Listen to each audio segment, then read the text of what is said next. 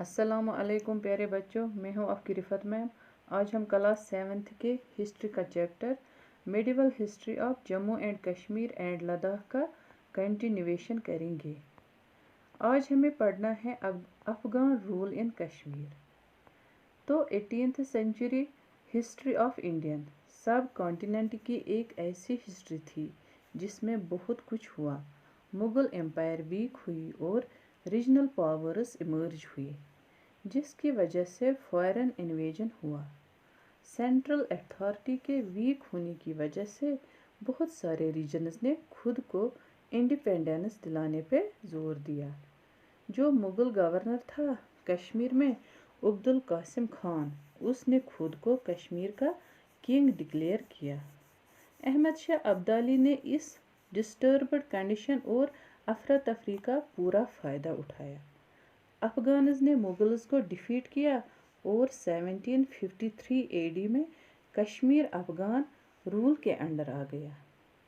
Afghan role 67 years تک رہا، یعنی 1753 AD سے 1890 AD تک رہا، اور دلی کے بجائے کابل کو سینٹر آف اتھارٹی بنایا گیا۔ اب ہم پڑھیں گے ٹیکسیشن کے بارے میں۔ افغانز نے ہر ایک اسباب اور کلاس آف پیپل پہ ٹیکس لگایا تھا۔ حاجی کریم دد نے زرعی نیاز منصوب دارز اور جاگیرداروں پہ لگایا تھا۔ زرعی اشخاص مرچنٹس اور بینکرز پہ لگایا تھا۔ زرعی حباب گرینز پہ لگایا تھا۔ یہ زرعی نیاز، زرعی حباب دراصل ٹیکسز کے نام ہیں۔ داغی شال جو کہ ڈپارٹمنٹ تھا ٹیکسنگ اور سٹیمپنگ آف شالز کا، انہوں نے عائد کیا تھا کہ جب بھی کوئی پیس آف شال لیا جائے گا شال ویور سے تو انہیں 1 روپے میں سے 1 آنا ٹیکس کے طور پر دیا جائے گا۔ افغان رول کے دوران لوگوں پہ بہت زیادہ دباؤ پڑا اور ان کی اکنامی بھی کم ہو گئی ہیوی ٹیکسز کی وجہ سے۔ اب ہم پڑھیں گے سکھ رول ان کشمیر۔ 1772 میں احمد شاہ ابدالی کی وفات کے بعد افغان رول دھیرے دھیرے ویک ہونے لگا۔ مہاراجہ رنجیت سنگھ نے اس سچویشن کا فائدہ اٹھا کر 1840 میں کشمیر پر قبضہ کر لیا اور لاہور دربار کے ساتھ 1819 میں منسلک کر دیا۔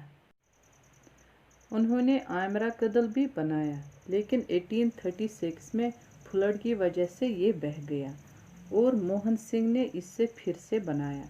اس کے علاوہ اس نے آنچار اور ڈل لیک کو ایک کینال سے جوڑا جس کا نام نالہ عامر خان ہے۔ کرنل مہان سنگھ جو کہ ایک سکھ گورنر تھا، اس نے بسنت باغ اور گرو بازار اور شہید گنج کی لوکلٹیز کو ترتیب دی۔ اب ہم پڑھیں گے میڈیول جموں۔ اس ریجن کو یہ نام میڈیول پیریڈ میں ہی ملا اور ایک امپورٹنٹ رول پلے کیا ہسٹری اور politics of north western India میں۔ جموں ریجن میں بس توی اور چناب ویلی کی چھوٹی سی ٹریکٹ آتی تھی جو پھر ہلز اور پلینز تک جاتی تھی۔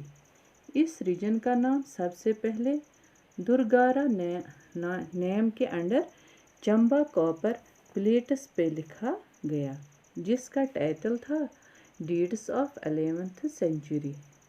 جموں نام سب سے پہلے ملفوظات تیموری جو کہ ٹرکو منگول رولر ہیں، تیمور نے اس کی بائیوگرافی میں یوز کیا تھا۔